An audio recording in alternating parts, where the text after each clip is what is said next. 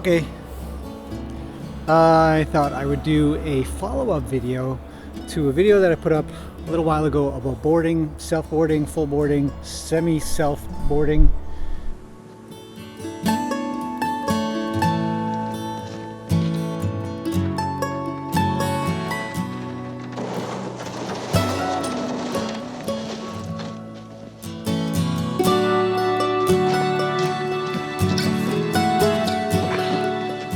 Hey everybody, today I want to talk about full board versus self-board versus semi-self-board and discuss the question that was asked, which simply was, what do you do? Okay, look. What do you do if the person that is boarding their horse isn't taking care of their horse as you'd like them to? And the problem with that question, I guess you could say, is first you have to determine whether or not the person is actually taking care of the horse. So different people have different ideas. There are extremes and then there are subtleties. You may think that the horse isn't taken care of because it isn't ridden regularly. Maybe it's not taken care of because it isn't brushed regularly, or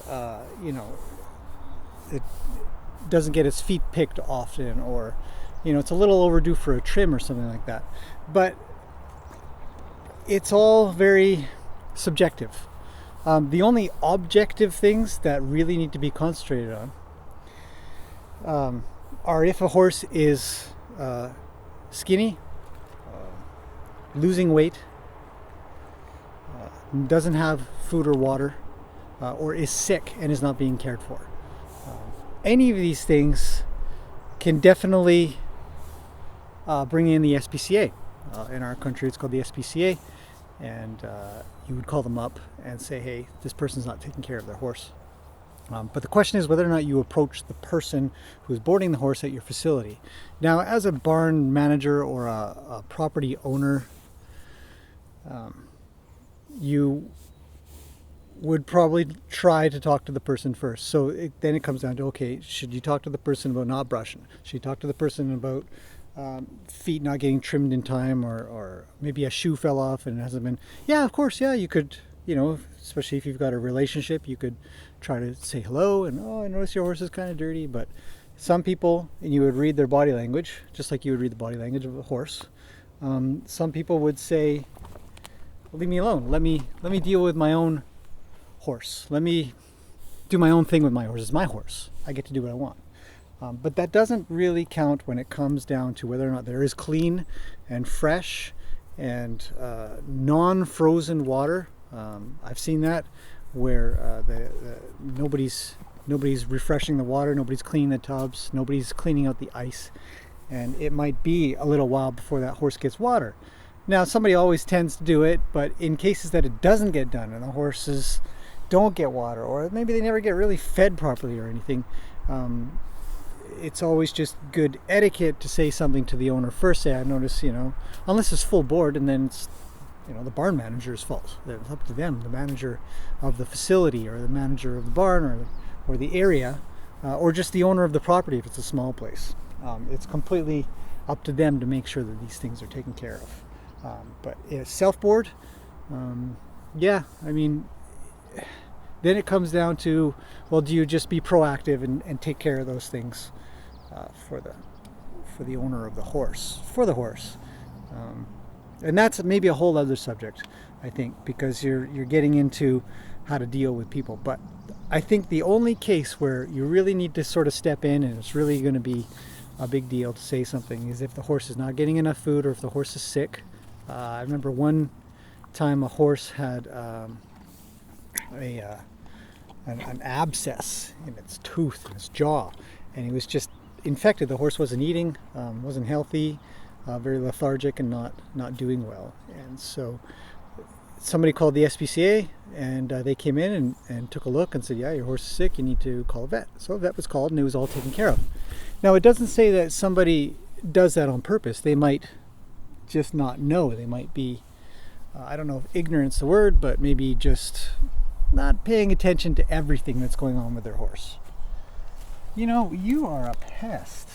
You really are. right? These guys. So I would always say to give whoever owns a horse the benefit of the doubt at first, and just say, look, I'm not sure if you know, especially if you're a barn manager or if the owner of the property and you're boarding out the land for the horses, then I think it's an obligation of that person to say, hey, I noticed something, I'm not sure if you're aware of it, but maybe call a vet, or maybe get your farrier in. So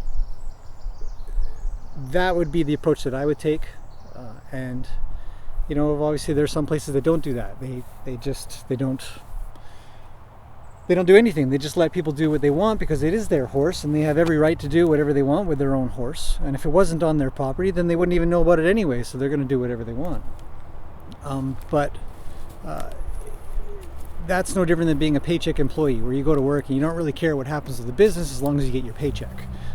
If you're a paycheck barn manager or a paycheck property owner, well, then that's all you'll do. You won't really do anything, and so be it. And you'll attract those types of barn managers, might attract those types of people, or vice versa. So, but you can get kind of judgmental with these things, and you have to be very careful. It's no different than telling some parent how to raise their kid. In time, you just breed a little bit of animosity or frustration or busybodiness, or some people call them barn witches. It seems to be women, but there's men that do it.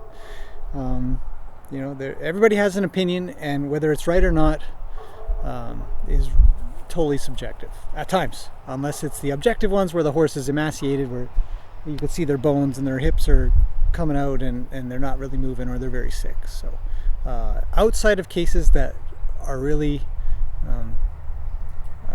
health related, which could be almost classified as abuse of a horse, then you might just leave it alone, or just be really gentle about it and see what you could say to have a change. And as a barn manager, if you just continue to be unhappy with that, then it would be my inclination to say you might want to board somewhere else, or you might want to try a different place, because we have a higher standard of taking care of horses around here, and that's just the way it is. So yeah, maybe that helps. Hopefully that provides a little bit of input to the person that was asking. Sorry, this got a little longer than I expected. I was kind of hoping just for a few minutes, but anyways, yeah, if you have any more questions, feel free to hit the comments area, and thanks for watching.